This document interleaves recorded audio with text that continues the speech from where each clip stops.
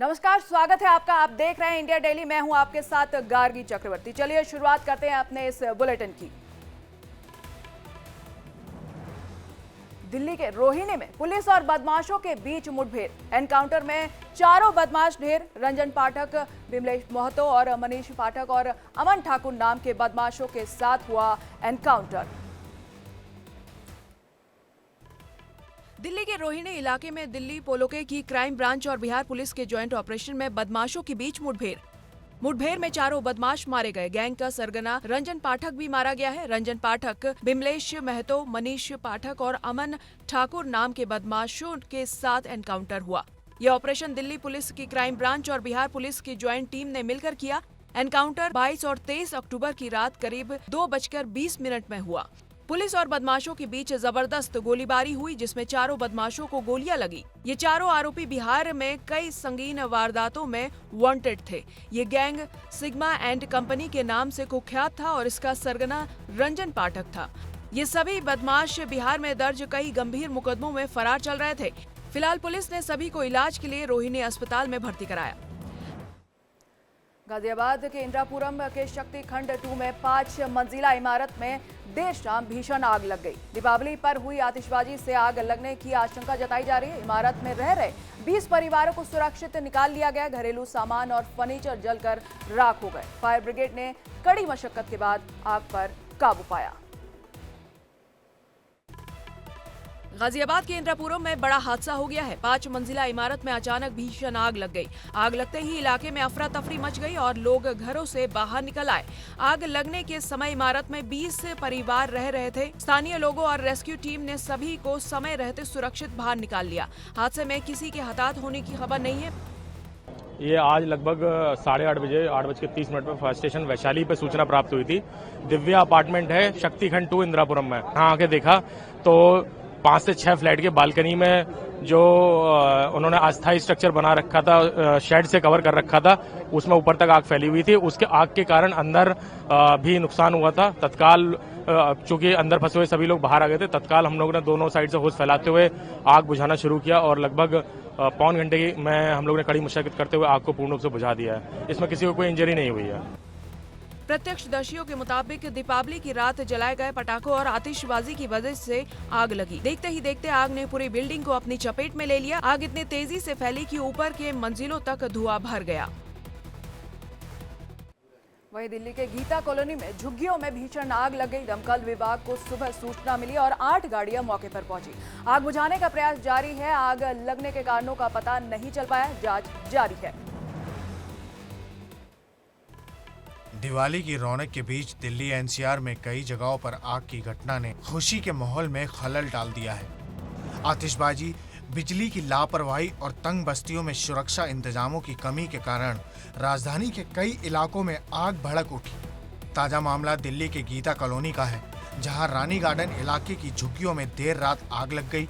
दमकल केंद्र विभाग को रात करीब 1:05 पर आग लगने की सूचना मिली, जिसके बाद मौके पर दमकल की 8 गाड़ियां भेजी गई। दमकल केंद्र अधिकारियों ने बताया कि आग झुग्गी और कबाड़ के गोदाम में लगी थी। कुल मिलाकर लगभग 15 से 20 झुग्गियां आग की चपेट में आई हैं।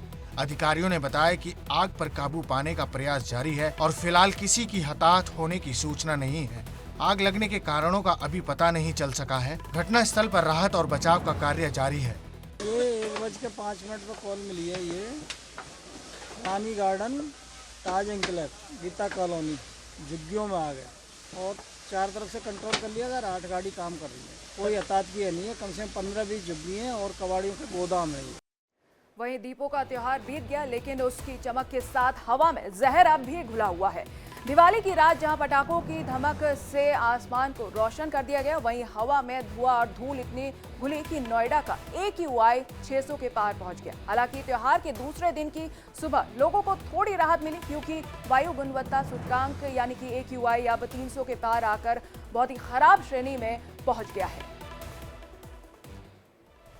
नोएडा के कई इलाकों में हवा की गुणवत्ता अब भी चिंताजनक बनी हुई है। सेक्टर 76, 75, 74 और 78 की तरफ AQI 312 दर्ज किया गया है, जबकि सेक्टर 1, 2, 3, 5, 6, 8, 15 में भी यही हाल रहा। उधर सेक्टर 125 से 128 तक की और थोड़ी राहत दिखी, जहां AQI 234 दर्ज है। ग्रेटर नोएडा की स्थिति भी बेहतर नहीं है। वहां हवा बेहद खराब श्रेणी में रही, जहां वायु गुणवत्ता 268 तक मापी गई। 0 से 50 तक की हवा अच्छी मानी जाती है, जबकि 51 से 100 संतोषजनक होती है। 101 से 200 के बीच पहुंचने पर संवेदनशील लोगों को परेशानी शुरू हो जाती है। 201 से 300 खराब और 301 से 400 बहुत खराब श्रेणी में आती है। 401 से ऊपर का स्तर बेहद गंभीर होता है, जिसमें सांस की दिक्कत, आंखों में जलन और यहां तक कि अस्पताल में भर्ती होने की नौबत तक आ सकती है। डॉक्टरों ने चेतावनी दी है कि ऐसी हवा में सुबह टहलना, एक्सरसाइज करना या बच्चों को बाहर खेलने भेजना बेहद खतरनाक हो सकता है। उन्होंने सलाह दी है कि घर की खिड़कियां बंद रखें, एयर प्यूरिफायर का इस्तेमाल करें और जिन लोगों को अस्थमा या हृदय संबंधी बीमारी है वो और ज्यादा सावधानियां बरतें।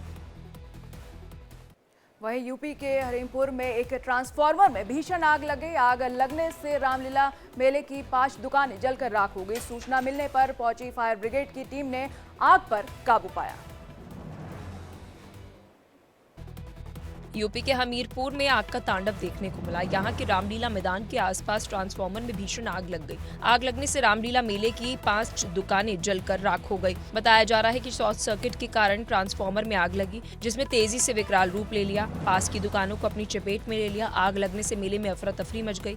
घटना की सूचना मिलते ही फायर ब्रिगेड की टीम मौके पर पहुंची और कड़ी मशक्कत के बाद आग पर काबू पाया। हालांकि तब तक दुकानों में रखा लाखों का सामान जलकर राख हो गया। आग से एक स्टील और प्लास्टिक की दुकान पूरी तरह से जल गई। वहीं दुकान में रखा एक छोटा सिलेंडर भी फट गया। आग लगने से दुकान मालिक को लगभग 10 लाख रुपए का नुकसान हुआ। इसमें 90,000 रुपए नकद और 3 मोबाइल फोन भी जल गए। इसके अलावा फूलों की दुकान, चप्पल, प्लास्टिक की दुकान भी आग में जलकर खाक हो गई। वहीं यूपी के लखीमपुर खीरी में प्राइवेट डबल डेकर बस में भीषण आग लग गई।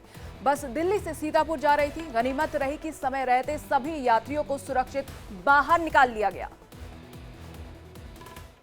यूपी के लखीमपुर खीरी में एक डबल डेकर बस में भीषण आग लग गई। देखते ही देखते बस आग का गोला बन गई।